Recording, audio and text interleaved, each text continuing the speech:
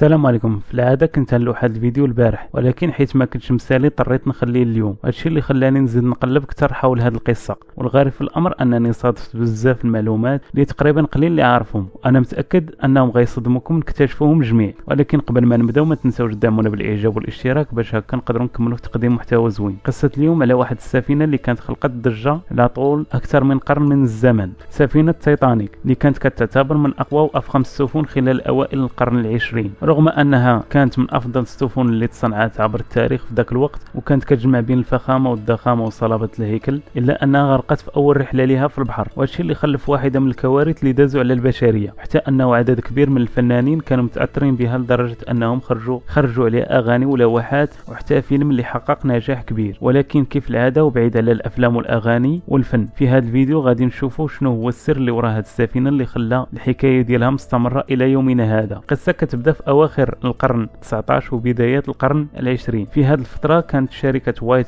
ستار لاين رائده في صناعه السفن، وهادشي اللي خلى بزاف المنافسين يشكلوا عليها ضغط كبير. باش الشركه تفوق على المنافسين قررت الشركه انها تصنع اقوى سفينه في ذاك الوقت، اللي شارك في التصميم تاعها كل من توماس اندروز وويليام بيري، وكانت غاديه تسمى جيغانيك. ومن بعد قرروا انهم يسميوها تايتانيك نظرا لانها كانت اضخم سفينه وفي نفس الوقت كتميز بجميع انواع الرفاهيه والفخامه. في عام 1911 تم الاعلان على انتهاء صناعه السفينه، وهذا الشيء خلق واحد ضجه كبيره في جميع المجتمعات من بزاف البلدان، خصوصا في بريطانيا، حيث كان كيتضرب بها المثل كاحسن سفينه، حيث كانت كتعتبر سفينه غير قابله للغرق، بالاضافه الى انها كانت كتوفر على جميع وسائل السلامه والامان اللي ممكن يكونوا في شي سفينه. حتى الضخامه ديالها كانت كتعادل ملعب كبير. من بعد مده قصيره تم الاعلان على اول رحله ليها، وبسبب انها كانت عندها شعبيه كبيره وكانت اول رحله ليها، هادشي اللي خلى معظم التذاكر من نصيب الطبقه الغنيه، وقدرت انها تستضيف 2200 راكب.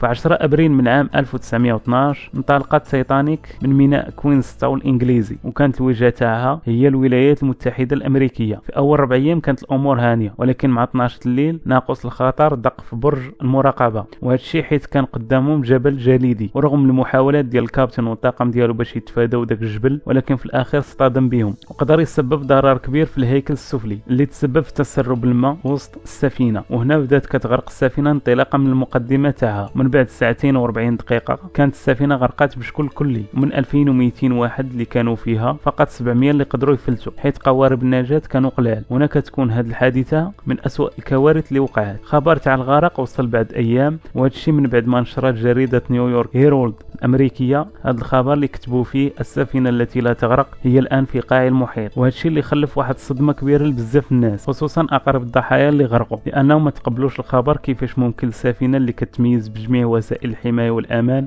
اكثر من باقي السفن انها تغرق في اول رحله لها. وهذا الشيء اللي خلق واحد اضطراب كبير وضغط كبير من طرف الراي العام باش يعرفوا سبب الغرق، حيث كانوا المعلومات قلال. ولكن من بعد قدروا يجمعوا بعض المعلومات من الناس اللي قدروا يفلتوا. ولكن رغم ذلك الا ان لندن كانت كتواجه واحد المشكل كبير، حيث كثروا فيها الاحتجاجات لانهم ما قدروش يعرفوا السبب الكامل باش يقدروا يتجنبوا في الرحلات القادمه. الا ان المهندسين والخبراء كانوا متيقنين ان تايتانيك كانت من افضل السفن من ناحيه الامان والسلامه في العالم في ذاك الوقت. ولكن الحادث كان مفاجئ، حيث صادفهم جبل جليدي في وسط المحيط، وكانت غاديه بواحد السرعه كبيره، وهذا الشيء خارج اراده الجميع. ملي عرفنا القصه تاع تايتانيك من البدايه حتى اللحظه اللي غرقت فيها، هنا غادي نرجعوا شويه اللور باش نعرفوا بعض الحقائق اللي كانوا من الممكن انهم يحدوا من ضخامه ديال الضحايا ديال تايتانيك، وبالضبط قبل الابحار تاعها ب10 ايام. وكيف ما كنعرفوا انه ملي كيكون شي مصمم او مهندس غادي يكشف على شي انجاز ديالو لاول مره كيكون عنده واحد التوتر وكيدخلوا شويه الخوف. وهذا المصمم هو توماس اندروز، حيث قبل الابحار ديالها كان عقد واحد الاجتماع مع مسؤولين الشركه، وحتى توماس كان متشائم من اسوء السيناريوهات اللي ممكن يوقعوا، وكان مصمم على انه عدد القوارب النجاه قلال بالنسبه لسفينه ضخمه قد هذه. وهذا الشيء علاش كان طلب منهم انهم يزيدوا قوارب نجاه اخرى، ولكن مسؤولي الشركه كانوا رافضين هذه القضيه بحجه انهم في حاله اذا زادوا بزاف قوارب النجاه غادي ياثروا سلبا على المهاجرين من جوج النواحي. اولا ان الشكل غادي يكون قبيح، وثانيا انه غادي يزيد يفقد الثقه في السفينه، حيث اذا شافوا عدد قوارب النجاه كثار ممكن يقولوا انهم ما تايقين في تايتانيك ومعولين على قوارب النجاه. في الاخر قدروا انهم يوفروا قوارب النجاه اللي ممكن يعتقوا 1100 شخص تقريبا، يعني النص. كما ان ان توماس اندروز ساهم بزاف بسبب النصائح ديالو للركاب باش يقدروا يفلتوا من الغرق، بما في ذلك ارتداء السترة الواقية واللباس مزيان باش يقاوموا البرد، وهكا قدروا يفلتوا 700 شخص. ولكن في الاخير حتى توماس بقى ضمن ضحايا الغرق، وهذا الشيء جاء من بعض الشهود اللي نجاو من هذه الحادثه. اما بالنسبه الى كنتوا كتسائلوا على كيفاش ما قدروش يشوفوا الجبل الجليدي، فالسبب انه كان صغير مقارنه مع الجبال الجليديه اللي كنعرفوا، وبما انها كانت غاديه تقريبا بالسرعه القصوى لها كان شبه مستحيل انهم يتفادوا اصطدام. والغريب في الامر ان سفينه تايتانيك كانت كتوفر على 16 مقصوره في الهيكل تاعها، وهذا التصميم كان خصيصا انه في حاله تضرر حتى الربعات المقصورات كان يمكن لها تكمل الابحار، ولكن لسوء الحظ انه تضروا 5 المقصورات. هذا الشيء علاش بدا تسرب الماء المقصورات الاماميه وزاد الوزن ديالها بزاف من القدام، وهذا الشيء اللي خلاها انها تقسم من الوسط. هادو كانوا ابرز الاسباب اللي خلاو سفينه تايتانيك تغرق. ولكن السؤال المطروح هو علاش لحد الان مازال باقا في قاع البحر رغم ان معظم الضحايا كانوا من الاغنياء. يعني مساله التمويل كانت سهله وحتى المعدات كانوا متوفرين في ذاك الوقت. اذا شنو هو السبب؟ المشكل اللي كان مصادفهم في ذاك الوقت هو انهم ما قدروش يحددوا البلاصه اللي غرقت فيها السفينه بالضبط، حيث غرقت في المحيط الاطلسي اللي كيتعتبر ثاني اكبر محيط في العالم. بسبب التيارات ديال البحر الاجزاء تاع السفينه ما وقعوش في نفس البلاصه اللي كان وقع فيها الحادث، وهذا الشيء هو اللي صعب المأمورية على الناس اللي مكلفين بالبحث. ولهذا قرروا انه في نفس الوقت اللي يقلبوا فيه على السفينه قرروا انهم يقلبوا على الحلول على كيفاش يقدروا يخرجوها من البحر. وهنا بدا كل واحد واش كيقترح، والاقتراحات الرائجه اللي كانت في ذاك الوقت هو انهم يستعملوا مغناطيس كهربائي كبير باش يقدروا يلصقوه في الهيكل ديال السفينه اللي كان الغالبيه ديالها انه من الحديد. والاقتراح الثاني هو انهم يجمدوها باستعمال النيتروجين السائل باش تقدر تطلع فوق الماء ملي تجمد، حيث الثلج كيقدر يطلع فوق الماء بحال الجبال الجليديه. في خضم هذا الصراع بين البحث على السفينه والبحث على الحلول كيفاش يجبدوها، في ديك الفتره وقعت واحد الحادثه اللي غيرت كاع اتجاهات التركيز في العالم، حيث ديك الفتره وقعت الحرب العالميه الاولى ومن بعدها الحرب العالميه الثانيه اللي كانوا خداو واحد الوقت طويل.